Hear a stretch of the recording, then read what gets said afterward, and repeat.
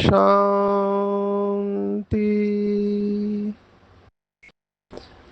आज 30 अगस्त 2025 भारत में शनिवार है। Today is 30th August 2025 and it's Saturday in Bharat. आज की मुरली का जादुई रहस्य स्वयं को प्रेरणा देने के लिए magical secrets of today's murli for motivating the self. आज की साकार मुरली पूरी धारणा के ऊपर है। विशेष बाबा ने यज्ञ में आने वाले विघ्नों के बारे में भी बताया है। बाबा हमेशा सबसे ज्यादा मार्क्स उस स्टूडेंट और उस सेंटर को देते हैं जो निर्विघ्न चल रहा है। निर्विघ्न रहना और निर्विघ्न करना, ये बहुत बड़ी धारणा है बाबा की और ब्राह्मण परिवार की। ऐसे आत्माओं को बहुत सारी दुआएं मिलती है। बाबा ने संगम युग पर सभी बच्चों को आपस में रूहानी स्नेह में बांध कर रखा है। सर्टिफिकेट ही 3 है जिसमें आप बच नहीं सकते। बाबा ने कई बार कहा है कि सतयुग में आप अकेले नहीं होंगे, पूरी रॉयल फैमिली होंगी, साहूकार, प्रजा, दास दासिया सभी होंगे। तो सभी के साथ हमारे रिश्ते बहुत अच्छे चाहिए। इसलिए 3 सर्टिफिकेट में ब्राह्मण परिवार का सर्टिफिकेट बहुत इंपॉर्टेंट है और यहाँ पर ही पेपर्स बनते हैं। आज की मुरली इसके ऊपर है। बाबा ने स्पष्ट कहा, ज्ञान को बुद्धि में धारण करना है, आपस में मिलकर क्लास चलाओ, अपना और औरों का कल्याण कर सच्ची कमाई करते रहो। अभी आपस में मिलकर क्लास चलाओ, ये किसके लिए कहा है? जहां पर टीचर बहन नहीं पहुंच पाती है किसी भी कारणवश, तो हमको किसी भी देहदारी के ऊपर डिपेंडेंट नहीं रहना है। ये आज का पूरा टेक होम है। जो एक शब्द मैं बार बार कहता हूँ ज्ञान रहस्य में, निराधार तपस्या होनी चाहिए। निराधार, पर निराधार का गलत अर्थ नहीं निकालना। निराधार का अर्थ ये भी नहीं है कि हमको किसी की जरूरत नहीं है। इस गलत फहमी में नहीं रहना है।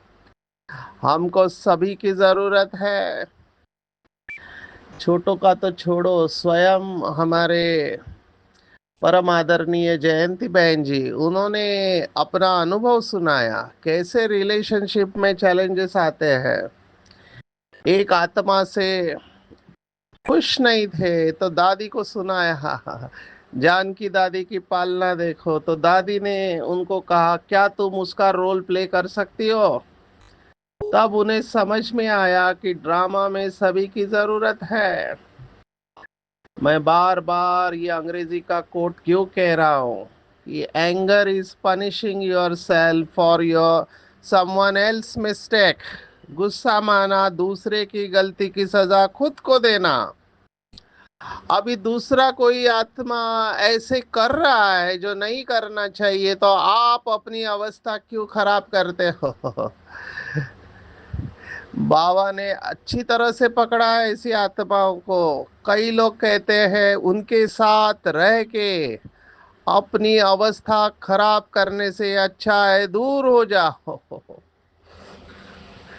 छोड़ दो, यहाँ कुछ होने वाला नहीं है। ऐसे भी बाबा के बच्चे हैं। आज बाबा ने उनको टाइटल दिया है। क्या टाइटल दिया है? आज बाबा ने कहा भगवान विश्व का मालिक बनाने के लिए पढ़ाते हैं, और ऐसी पढ़ाई को छोड़ दे तो उनको कहा जाता है महामूर्ख। कितना जबरदस्त खजाना मिलता है। ऐसे बाप को थोड़े ही कभी छोड़ना चाहिए, तो ये गलती कभी नहीं करना। आप किसी भी आत्मा से नाराज है यज्ञ में, ज्यादातर नाराज निमित्त आत्माओं से होते हैं। कुछ लोग आपस में भी नाराज हो जाते हैं, कुछ लोग एडमिनिस्ट्रेशन प्रशासन से नाराज हो जाते हैं, और कुछ लोग अपने नसीब से या ड्रामा में अपने रोल से नाराज हो जाते हैं। कुछ भी हो, बाबा ने इतने सारे राज हमको सुनाए, हम नाराज कैसे हो सकते हैं? जो राज भूल जाते हैं वही नाराज होते हैं। ये बाबा ने देखो भक्ति मार्ग का गीत, मुझे ये गीत बहुत पसंद है। पहले के जो गीत थे उसमें अर्थ होता था। बाबा ने आज गीत को याद किया, आप प्यार करो या ठुकराओ हम आपका दर कभी नहीं छोड़ेंगे। ये बहुत पुराना ब्लैक एंड व्हाइट जमाने का गीत है। तू प्यार करे या ठुकराए हम तो है तेरे दीवानों में। चाहे तू अपना न बना लेकिन ना समझ बेगानों में। मरने से हमें इनकार नहीं, जीते हैं मगर एक हसरत में। भूले से हमारा नाम कभी आ जाए तेरे अफसानों में। तू प्यार करे या ठुकराए, मिलते हैं मगर होले होले, जलते हैं मगर एक बार नहीं। हम शम्मा का सीना रखते हैं, रहते हैं मगर परवानों में। तू प्यार करे या ठुकराए, ये मेरे ख्याल से देख कबीरा रोया, ये बहुत पुराना मूवी है। उसमें का ये गीत है। इसका भाव यही है, तुम कुछ भी करो, ये भक्ति मार्ग में संतों ने करके दिखाया है, भक्तों ने करके दिखाया है। आप जीवन कहानी पढ़ो इनकी, कितना लोगों ने इनको तकलीफ दिया, लेकिन इनका परमात्मा के ऊपर निश्चय पक्का रहा। ये सब तेरी ही बदौलत है। देखो, वो मीराबाई के बारे में बताते हैं कि उसे जहर का प्याला दिया, माना उसे मारने की कोशिश की गई, और संत मीराबाई ने वो जहर का प्याला भी कृष्ण का प्रसाद समझकर स्वीकार कर लिया। अभी ये बहुत बड़ी अवस्था मैं कहूंगा, माना ऐसी परिस्थिति जीवन में आए जो विष के समान है। बाबा ने एक मुरली में तो अव्यक्त मुरली में कहा था कि ब्राह्मण जीवन को हिलाने वाली परिस्थिति आएगी।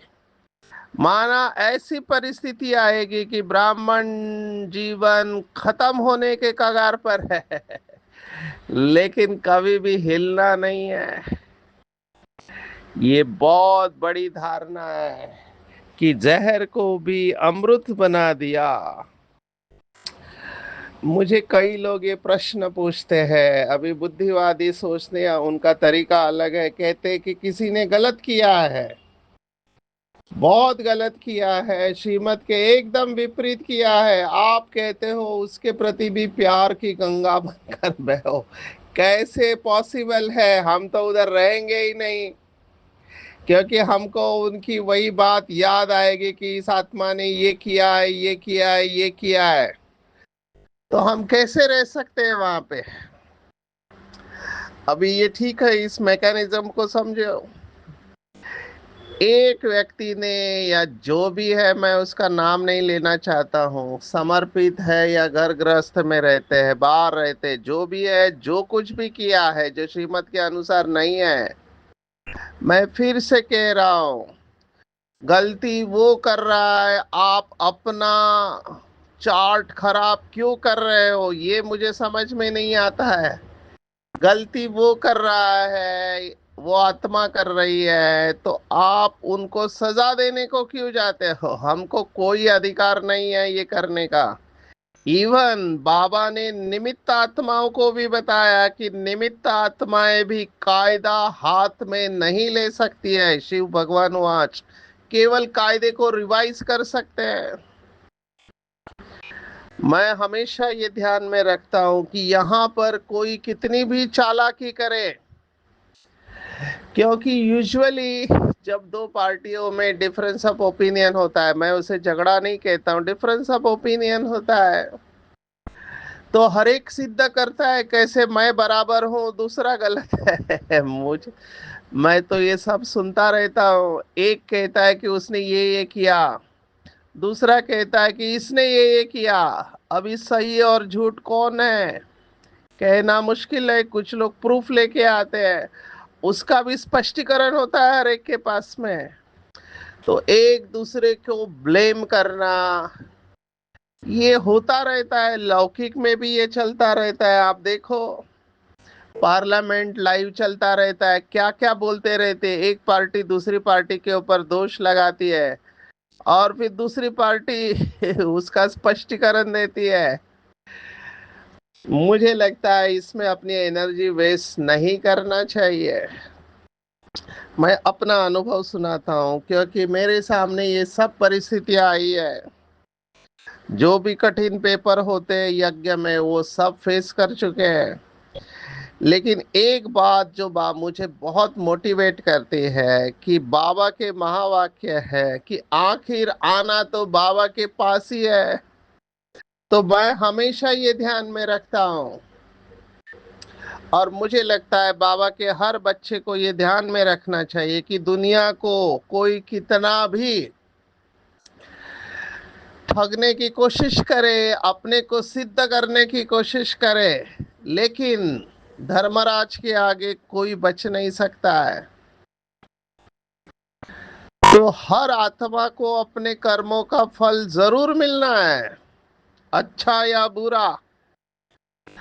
तो मैं यही अटेंशन रखता हूं। नंबर वन, ये मैंने बहुत बार कहा है, लेकिन देख रहा हूं कि इतना सुनाने के बाद भी वो पाठ सीखे नहीं है भाई बहने। जब हमको पता है कि बाबा के बच्चे नंबरवार है, आज बाबा ने शब्द देखो क्या इस्तेमाल किया, उत्तम मध्यम और कनिष्ठ, ये तीन शब्द है। हम तो ट्रेनिंग में भी ये इस्तेमाल करते हैं, fast learner, medium learner and slow learner. हम ये शब्द नहीं इस्तेमाल करते हैं कि कनिष्ठ। कनिष्ठ एक प्रकार से देखा जाए तो डिवैल्यूएशन वाला शब्द है, मन आप हीन हो ये कह रहे हो। भगवान इस्तेमाल कर सकता है, लेकिन मैं उनको लर्नर कहता हूँ। मुझे बाबा के और शब्द भी याद आ रहे हैं। बाबा कई सारी मुरलियों में कई सारे शब्द इस्तेमाल करता है। तो मैं हमेशा ये ध्यान में रखता हूँ, बार बार रिवाइज करता हूँ, क्योंकि हमारे अंदर भी ये क्रोध का संस्कार मैं देखता हूँ। मेरा तो डायग्नोसिस हुआ है आयुर्वेद के हिसाब से पित्त प्रकृति। तो मैं देखता हूँ हमारा परफेक्शन का संस्कार है। गलती हम एक्सेप्ट नहीं करते हैं, क्योंकि लौकिक में ड्यूटी पर थे तो गलती अलाउड नहीं थी। हमारी एक गलती से किसी की जान जा सकती है।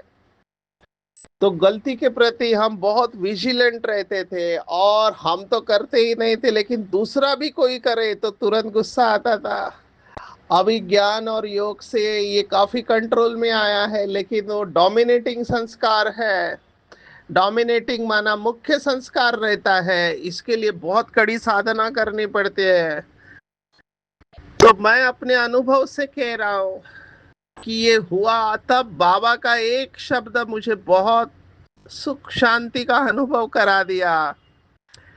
बहुत सारा इसके ऊपर साधना किए, 8 घंटे का एंगर मैनेजमेंट का वर्कशॉप लेते हैं, उसमें मैं यही सुनाता हूँ पहले तो मैंने सुनाया anger is punishing your self for someone else mistake, क्रोध माना दूसरे की गलती की सजा अपने को देना। नंबर टू, बाबा ने कहा हर एक आत्मा का पार्ट अलग है, जो उत्तम मध्यम कनिष्ठ है उसमें हम लर्निंग ये शब्द इस्तेमाल करते हैं कि कुछ लोग जल्दी सीख जाते हैं, कुछ लोगों को सीखने की स्पीड मध्यम होती है और कुछ लोग बहुत धीरे से सीखते हैं। तो बाबा का शब्द जो मुझे बहुत पसंद है, बाबा ने कहा, अभी इसे नोट करना चाहिए, लिखना चाहिए।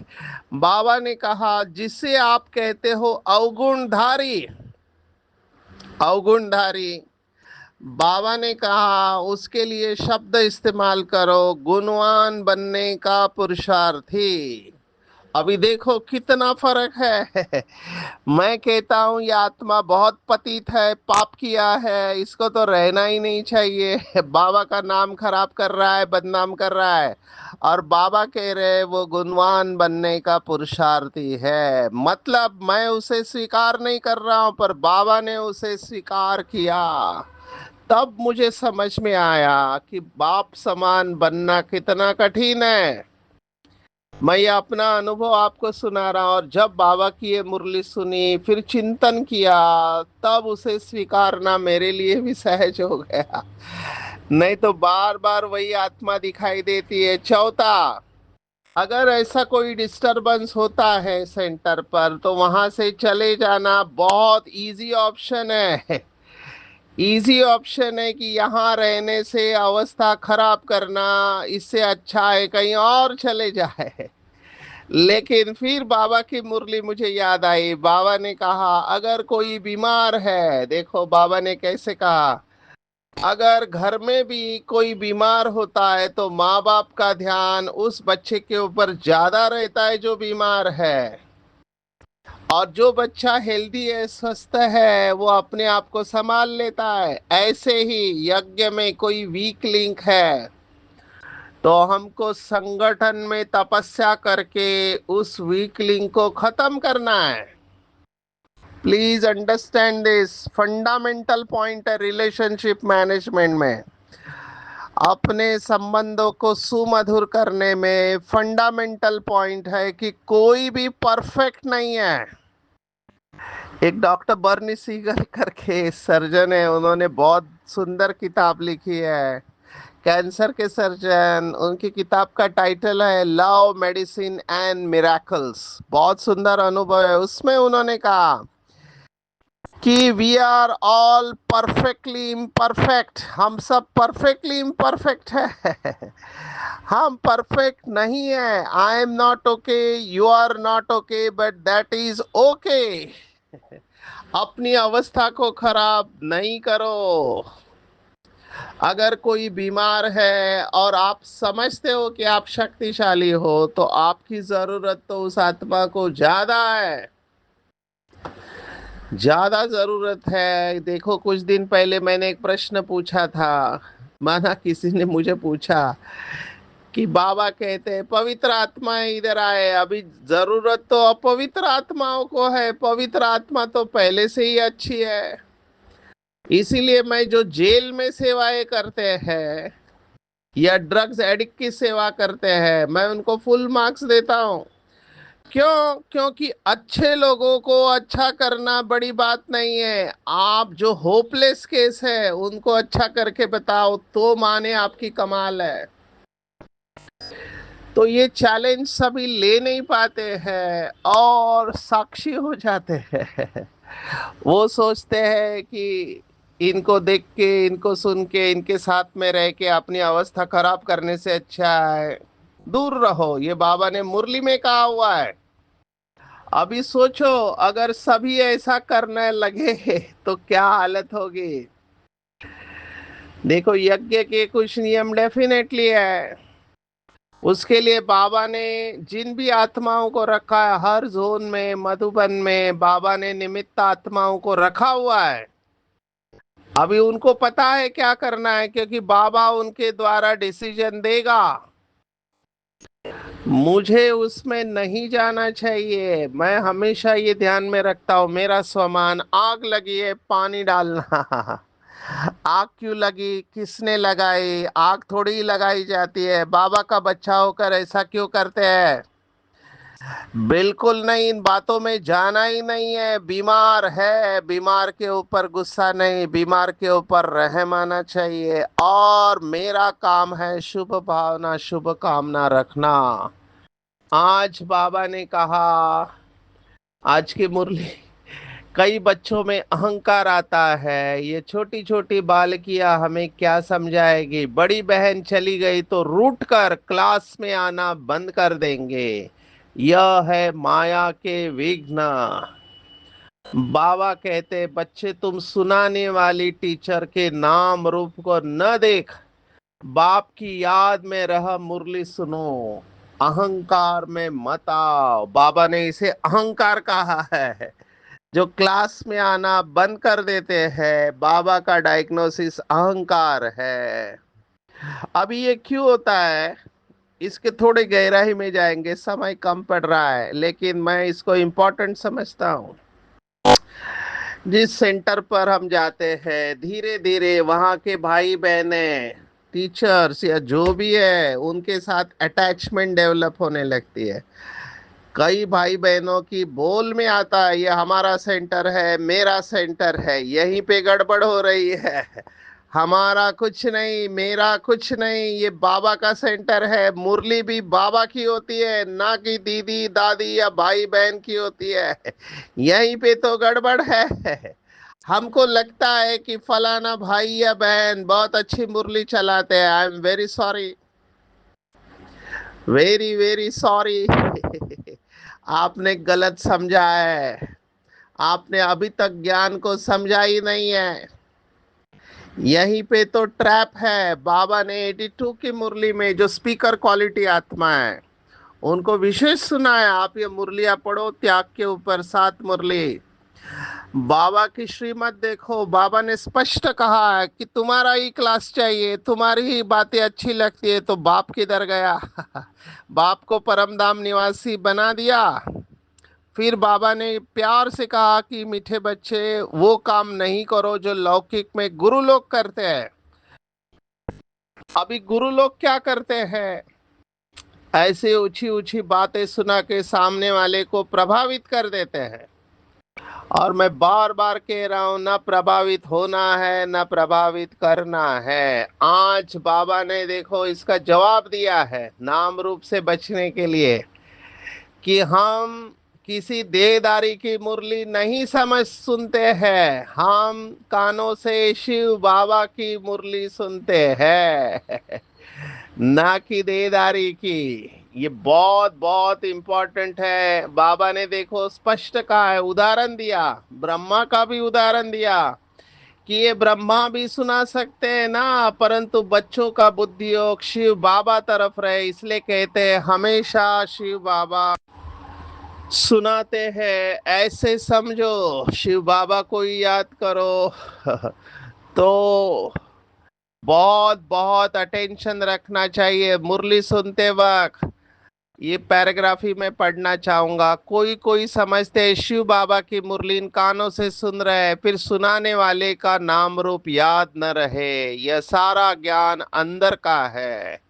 अंदर में ख्याल रहे कि शिव बाबा की मुरली हम सुनाते हैं, ऐसे नहीं कि फलानी बहन सुना रही है। शिव बाबा की मुरली सुन रहे हैं, यह भी याद में रहने की युक्तियां है।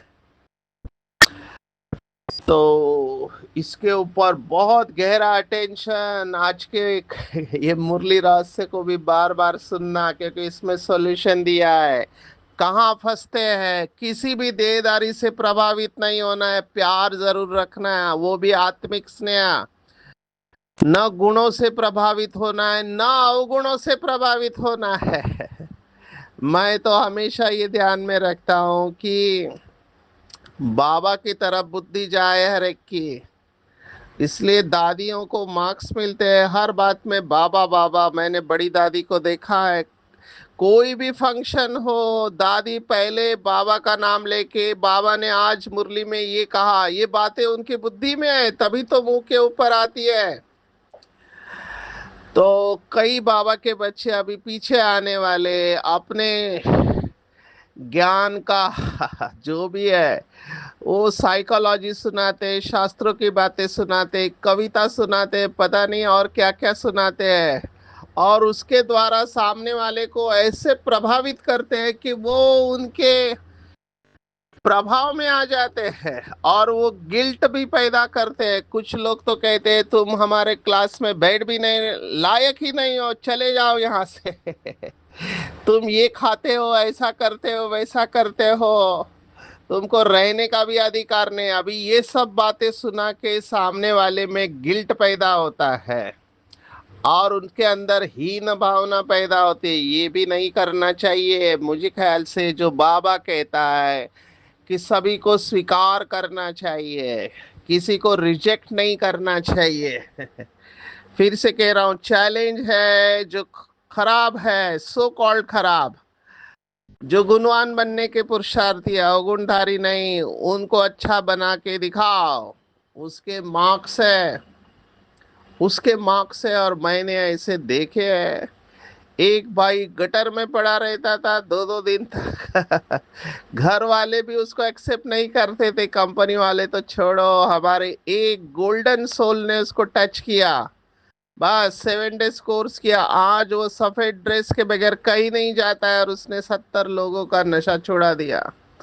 तो इन लोगों में विशेषता होती है, बुद्धि योग भटकना नहीं चाहिए। आज 2-3 बार ये बात आया है कि आपकी प्रदर्शनी को भी आप इंश्योर करा लो, क्योंकि प्रदर्शनी भी जलाने में देरी नहीं करेंगे। ये सब हुआ है और अभी कुछ स्टेट में हो भी रहा है। मैं फिर से कहता हूँ, हमारे वाइब्रेशन बहुत अच्छे रखने हैं। अगर किसी आत्मा का रोल देखकर आप अपनी ज्ञान स्वरूप अवस्था से नीचे आते हो, आपके अंदर गुस्सा आ रहा है, अशुभ भावना आ रही है, तो मैं कहूंगा वो आत्मा ज्यादा शक्तिशाली है जिसने आपको अपने पोजीशन से नीचे लेके आया। सोचो, किसी के कर्मों की वजह से आपका योग नहीं लग रहा है, आपका गुस्सा है और आप अपनी शुभ भावना नहीं रख पा रहे हो, तो वो आत्मा आपसे ज्यादा शक्तिशाली हो गई, क्योंकि उसने आपके चित्त को बदल दिया। तो अपना चित्त श्रेष्ठ रखना है। बहुत सारे डिफरेंस ऑफ ओपिनियन वाली चीजें देखो, आज बाबा ने कहा ये बातें समझाने वाला बड़ा अक्लमंद चाहिए। एक भी बेअकल निकलता है तो सभी बीके का नाम बदनाम हो जाता है, पूरा समझाना आता नहीं है। तो ऐसे भी बाबा के बच्चे हैं, भावना में आके क्या क्या बोलते हैं। एक स्टोरी जरूर सुनाऊंगा। ट्रेन में जा रहे हैं, अभी माता है, अभी उनका भाव अच्छा है, बाबा का परिचय दे, तो बाजू में भक्ति वाले लोग बैठे हैं, तो उन्होंने कहा कि ये ज्ञान जो सुनेगा वही सतयुग में आएंगे, बाकी कोई आ नहीं सकते हैं। अभी बाजू वाले बहुत समझदार थे, उन्होंने समझ लिया कि इनको बहुत अहंकार है अपने ज्ञान का, तो उन्होंने स्पष्ट कहा हमको आपका ज्ञान ही नहीं चाहिए। तो सामने वाले की नब्ज देखना है, आप किसके सामने क्या बोल रहे हैं, बिल्कुल ये करना नहीं है। इसलिए एक बेअकल होता है, सभी ब्रह्मा कुमारियों का नाम खराब कर देता है। आज का स्वमान अगर लेना है, सर्वोत्तम ब्रह्मा मुख वंशावली, ब्राह्मण कुल भूषण, स्वदर्शन चक्रधारी, ये पूरा लिख के लेना है। सर्वोत्तम ब्रह्मा मुख वंशाली, ब्राह्मण कुल भूषण, स्वदर्शन चक्रधारी। आते हैं आज के वरदान के ऊपर, निमित्त भाव। ये भी शुभ भावना, शुभ कामना के लिए बहुत बड़ी लॉटरी है। जो भी बाबा के बच्चे कहते हैं हमारे अंदर शुभ भाव नहीं रहता है, वो निमित्त भाव की गहराई में जाए कि मैं निमित्त हूँ सेंटर पर, निमित्त हूँ, बाबा चला रहा है सेंटर, ना कि मैं चला रहा हूँ। मैं निमित्त हूँ, हर एक की विशेषता देखेंगे तो अवस्था खराब नहीं होंगे। निमित्त भाव से मैंपन मेरापन सहज खत्म हो जाता है, स्थिति अचल अडोल रहती है, मेहनत करनी नहीं पड़ती है। और ये स्लोगन है, हम करेंगे हमें देख सभी करेंगे। सेवा के निमित्त बनना है, स्टेज पर होते सबकी नजर जाती है और सबसे न्यारे रहते हैं तो परमात्मा बाप के सहारे का अनुभव होता है। भटक रही आत्माएं, उनको शांति चाहिए और प्यार चाहिए। इसलिए पहले बाप के संबंध के स्नेह की महिमा करो जिस भी प्रोग्राम में, फिर प्यार से बाबा के साथ संबंध जोड़ के उन्हें शांति का अनुभव करो। सुप्रेम स्वरूप और शांत स्वरूप दोनों का बैलेंस रखने को आज बाबा ने कहा है। लालच का भूत नहीं होना चाहिए। खाने में भी लालच होती है, ये चाहिए ये चाहिए। बाबा ने आज लालच के बारे में भी कहा है कि खाने में आसक्ति नहीं रखनी है, ज्ञान योग और दैवी गुण को धारण करना है। आज के पूरी मुरली में टेक होम, ज्ञान को बुद्धि में धारण करना है। किसी भी देहदारी के ऊपर डिपेंडेंट नहीं होना है कि फलानी ब्राह्मणी चाहिए, नहीं। बाबा की मुरली हम कान से सुनते हैं। रेस्पेक्ट सभी को देना है, सबके साथ रिश्ते अच्छे रखने हैं, सबके साथ रिश्ते अच्छे देखने हैं। अवगुणी आत्मा को भी गुणवान बनने का पुरुषार्थी के रूप में देखना है। बाबा का बच्चा है, बाबा इसे शक्ति दे, बुद्धि योग भटकना नहीं चाहिए। आज खेती बाड़ी शब्द बाबा ने 2 बार यूज किया, तो बाबा के सामने गांव वाले बच्चे हैं। ज्ञान योग और दैवी गुण धारण करना है, लालच को छोड़ देना है, माया के वश कोई भी विकर्म नहीं करना है, निमित्त भाव की स्मृति से हलचल को समाप्त करने वाले अच्छा लड़ोल बनना है। सभी बातों में न्यारे बनेंगे तो परमात्मा शिव बाबा के सहारे का अनुभव होगा। और प्रेम स्वरूप और शांत स्वरूप दोनों का बैलेंस हो। बाप के संबंध का स्नेह सुनाकर बाप के साथ संबंध जोड़ने के बाद उन्हें शांति का अनुभव कराना है। अच्छा, ओम शांति।